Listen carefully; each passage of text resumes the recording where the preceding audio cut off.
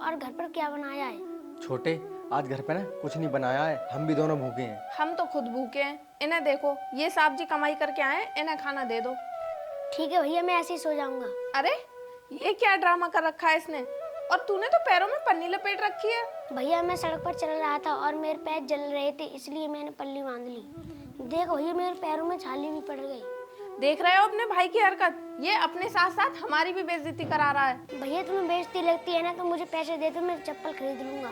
देख छोटे, जो जमीन बची है ना मेरे हिस्से की बची है, तेरे हिस्से की तो बाबूजी ने बेच दी। मैं तुझे चप्पल के लिए पैसे कहाँ से दूँ? भैया मुझे चप्पल दिलवा दो, और मैं आपके लिए तो काम करता हूँ। क्या रे, तू हमारे लिए काम करता है? और हाँ, हमारे पास इतने फालतू पैसे नहीं है जो हम तुझे दे दें। और तू जितना काम करता है ना, उससे ज्यादा तो तू खर्च कर देता है। ठीक है भैया, चप्पल मत दिलवाओ, लेकिन थोड़ा बहुत खाना बचा हो उसे मुझे दे दो, खाकर सो जाऊंगा। छोटे, मैं तुझे बता तो दिया, हमने भी कल से खाना नहीं खाया है। मेरा वैसे ही मूड खराब है नुकसान होने की वजह से। ठीक है भैया।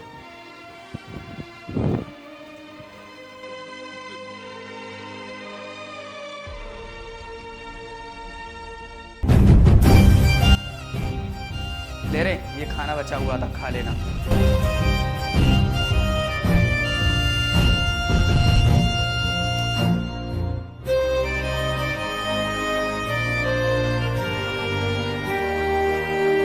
अरे मेरे भैया भाभी ने उन्हें खाना नहीं खाया है, पहले उन्हें दे दूं तब खाऊंगा खाना।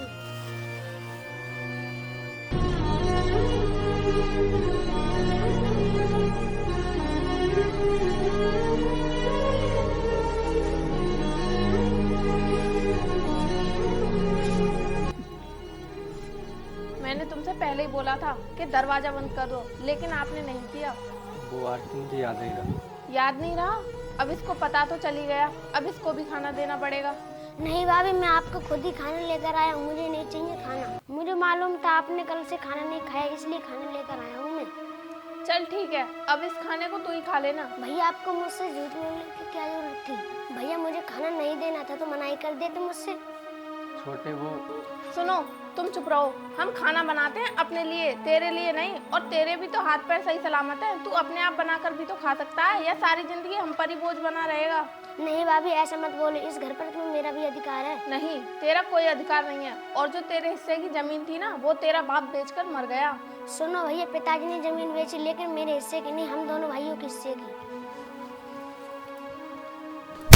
वैसे तो तू बच्चा है और नादान है, लेकिन तुझ में इतनी अकल कहाँ से आई? चल अब निकल यहाँ से। देख सुन, पिताजी ने जमीन बेची थी, तेरे हिस्से की बेची थी, मेरे की नहीं। तुझे कुछ मालूम है? तू बहुत छोटा था। चल अब खड़ा खड़ा क्या देख रहा है, निकल यहाँ से। तेरे लिए ना इस घर में कोई जगह नहीं है।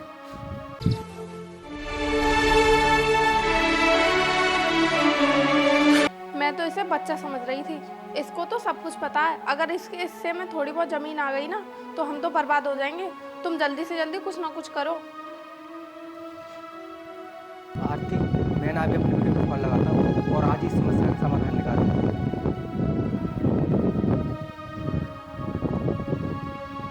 हेलो वकील साहब, आप मेरे घर पर आ जाइए। ठीक है। हाँ आरती, वकील साहब आते हैं।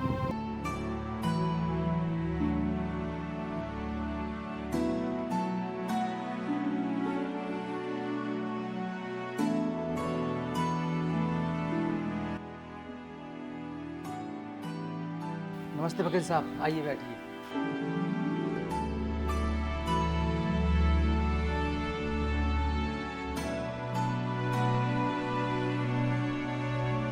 बोली नीरज, क्यों बुलाए मुझे? वकील साहब, आप तो जानते ही हैं, हमारे पिताजी ने रोड के किनारे वाली जमीन ना किसी को फैक्ट्री लगाने के लिए दे दी। जी हाँ, मुझे अच्छी तरह से मालूम है। तो वकील साहब, बची हुई जमीन मेरे नाम पर करा दीजिए। वो क्यों? आपका छोटा भाई भी तो है, उसका क्या होगा? वकील साहब, आप उसकी चिंता मत कीजिए। लेकिन मैं ऐसे कैसे कर सकता हूँ? वकील साहब, अब तो कर सकते हो। ठीक है, आप कल तहसील आ जाना।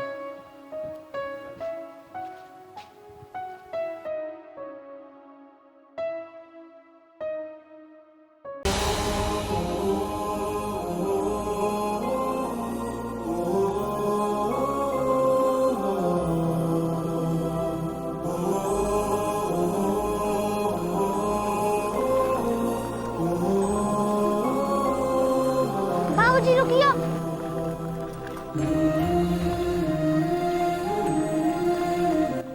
बेटे क्या बात है?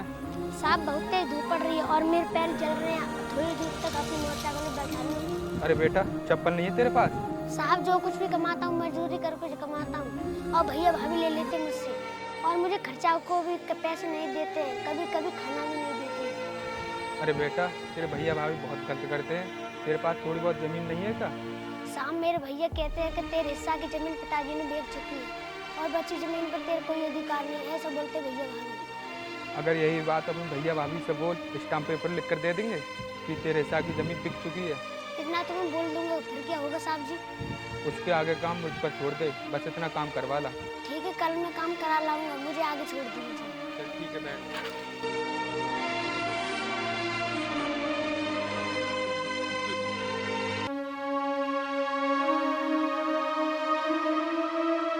भैया मैं काम पर जा रहा हूँ, मुझे कुछ किराए के पैसे दे दो।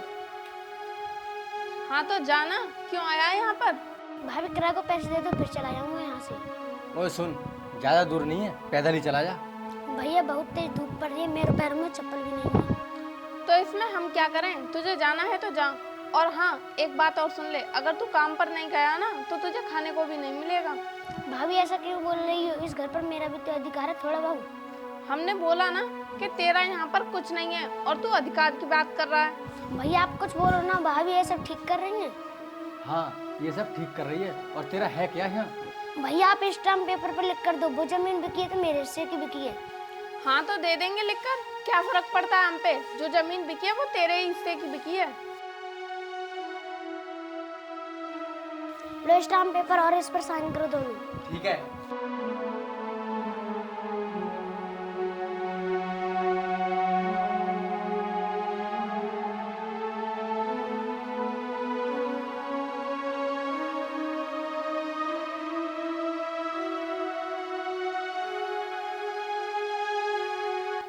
ये ले, अब तो हमने साइन कर दिए, अब तो भगवान के लिए हमारा पीछा छोड़ दे। ठीक है, जा रहा हूँ। लो वकील साहब, ये बात तो मैंने लिखवा दिया, अब आप बताओ क्या करना चाहते हैं। सुन बेटा, ये तो तूने बहुत अच्छा किया। अब मैं तुझे बहुत बड़े राज की बात बताने जा रहा हूँ। वकील साहब कौन सा राज, मुझे समझ नहीं आ रहा। सुन बेटा, तेरे पिताजी ने जमीन बेची ही नहीं थी, बल्कि उस पर फैक्ट्री खोलने के लिए अपने दोस्त को दे दी थी। वकील साहब ये बात तो मुझे किसी ने नहीं बताई थी। हाँ बेटा, ये बात सिर्फ मैं जानता हूँ, क्योंकि तेरे पिताजी का वकील मैं था और उस फैक्ट्री में बराबर पार्टनर है तू। लेकिन वकील साहब क्या होगा, नहीं हमारे हाथ में जमीन है और ना ही फैक्ट्री के पार्टनर्स। अब आप बताओ वकील साहब क्या करें। सुन बेटा, वो काम मुझ पर छोड़ दे। तुझे उस फैक्ट्री के मालिक पर एक केस डालना पड़ेगा कि वो जमीन मेरी है। लेकिन वकील साहब इस काम में तो बहुत खतरा है और वो बड़ा आदमी है। दुनिया में जीना है तो रिस्क तो लेना पड़ेगा। हम कोई गलत काम नहीं कर रहे हैं। वो जमीन तेरे पिता के नाम है, उस जमीन का कोई पैसा नहीं मिला है। तुझे बस अपने हक के लिए लड़ना है। हाँ वकील साहब, मैं अपने हक के लिए लड़ूंगा।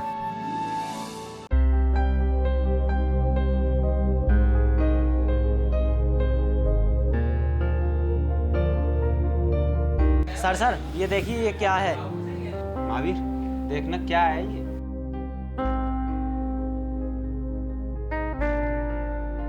सर ये तो कोर्ट से नोटिस आया है। किस चीज़ का नोटिस आया है? हमने तो कोई ऐसा गलत काम किया ही नहीं है। सर आपकी फैक्ट्री किसी और की ज़मीन पर बनी है और वो ज़मीन आपके नाम नहीं है। हाँ ये सच है। वो ज़मीन मेरे एक दोस्त की थी, वो मेरा पार्टनर बनना चाहता था, लेकिन वो एक दुर्घटना में ख़त्म हो गया। पता नहीं, मैं तो अब उनके बीवी बच्चों को भी नहीं जानता कहाँ है और कौन है। सर आप उन्हें नहीं जानते, उनके बीवी बच्चे आपको तो जानते होंगे। जानते तो होंगे, लेकिन मेरे दोस्त ने अपने घर पर नहीं बताया था। उनके लिए यही मालूम है कि ज़मीन बिक चुकी है। सर नोटिस पढ़कर मुझे लगता है जल्द से जल्द आप कुछ कीजिए, नहीं तो अपनी फैक्ट्री बंद हो जाएंगी। सुनो, करना क्या है? जिस किसी ने हमारे ऊपर केस डाला है उस ज़मीन के बारे में, तुम उस ज़मीन वाले को हमारे पास लेकर आओ। उसके लिए पैसा देंगे, अगर पैसे से नहीं मानता है फिर तो उसे आधा पार्टनर बनाएंगे। ठीक है सर, हम उससे बात करेंगे। महावीर ऐसा करो, तुम जाओ और पता लगाओ और कल फिर उससे मेरी मीटिंग कराओ। ठीक है सर।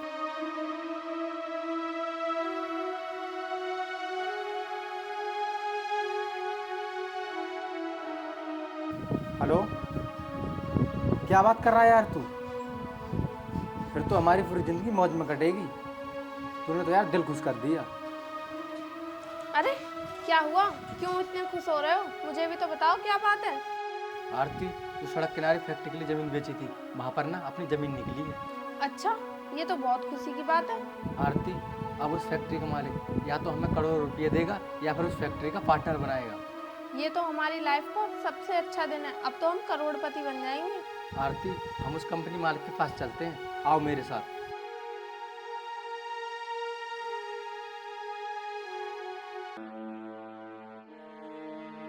सर, आपने हमें मिलने के लिए बुलाया था। आपकी फैक्ट्री हमारी ज़मीन पर लगी हुई है, आप हमें पार्टनर बनाना चाहते हैं? देखिए, हम आपके लिए नहीं जानते आप कौन हो, और ना ही हमने आपके लिए बुलाया है। जिसकी ज़मीन है उसके लिए ऑलरेडी हमने पार्टनर बना लिया है। पर सर, वो जमीन तो हमारी है, फिर आपने पार्टनर किसको बना लिया? वो देखिए, वो आ रहे हैं नया पार्टनर जिसे हमने बनाया है। सुनिए, ये मीटिंग हमने इन्हीं के लिए रखी है।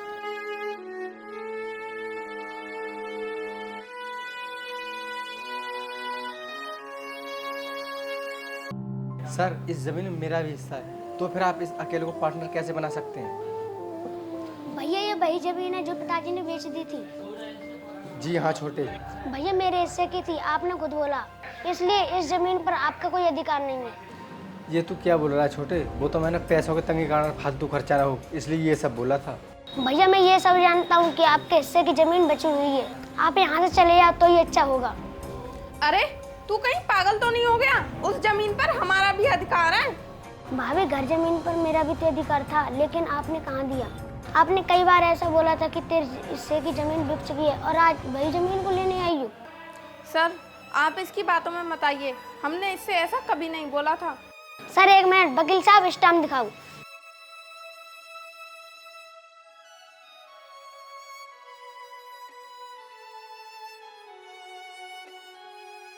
सर देख लीजिए, इस स्टाम्प पर इन्होंने लिख कर दिया है कि तेरी जमीन बिक चुकी है। हाँ, इसमें साफ लिखा है और आपके साइन भी हैं कि इसके हिस्सा की ज़मीन बिक चुकी है।